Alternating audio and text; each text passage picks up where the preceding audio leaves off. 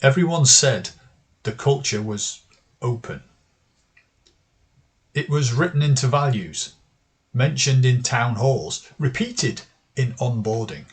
You can speak up here. No one disagreed. There were no scandals, no whistleblowers, no public conflict. The organisation had grown steadily for years. The decision that shaped what followed didn't look cultural, it looked strategic. Senior leadership decided to centralise risk reporting. Too many small issues were surfacing in different places. It was hard to see the whole picture, and they wanted visibility.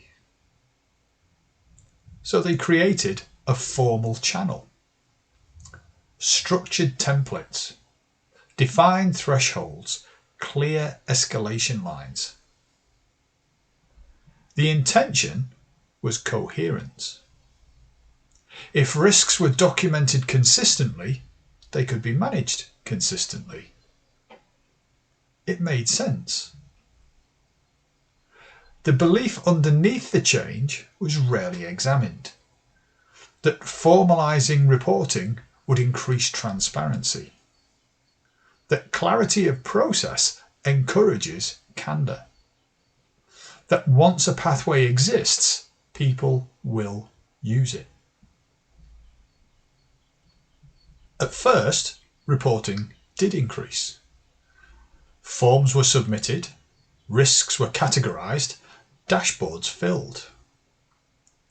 Leaders commented positively on the improved oversight. For a while, it looked like progress. Then behaviour adjusted.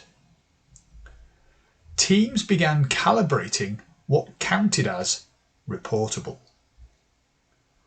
Minor concerns didn't seem worth the form. Ambiguity didn't meet the threshold. Interpersonal friction wasn't easily codified. If a risk wasn't clearly measurable, it stayed informal. Conversations moved sideways instead of upward. It's probably nothing. We'll keep an eye on it. No need to escalate yet. The process wasn't blocking honesty, it was shaping it. The first signal appeared in the data. Risk submissions plateaued.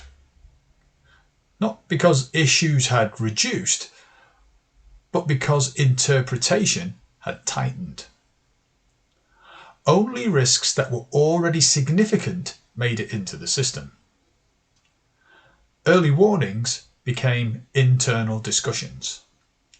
Then they became private judgments. Eventually, they became silence. Meetings felt calmer. Senior leaders saw fewer red flags. Stability was assumed. Meanwhile, teams learned something subtle. If you escalate too early, you look reactive. If you escalate too often, you look alarmist. If you escalate without evidence, you look unprepared. Better to wait. Better to be certain. Better to solve it locally. No one instructed this. No one punished transparency. But the presence of structure changed the cost calculation of speaking. Originally, the intent had been visibility. Over time, visibility narrowed to what was measurable. Cultural friction, emerging fatigue, weak collaboration, uncertain alignment. These rarely appeared on dashboards. They appeared in conversations that stopped happening.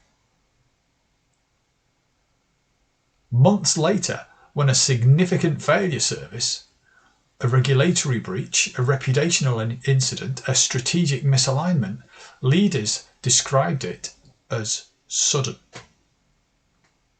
It came out of nowhere. It hadn't. The signals had existed. They had simply never crossed the threshold of formality. The centralized system had worked. It created consistency. It also raised the bar for concern. The organisation moved from informal candour to formal reporting, from distributed sensing to central oversight, from early ambiguity to late certainty. Each step was rational. Each decision was defensible. Together, they reshaped behaviour. By the time senior leaders realised they were hearing less, not more, it was difficult to trace when that had changed. The silence didn't begin with fear. It began with structure. Nothing here was accidental, but very little was deliberate.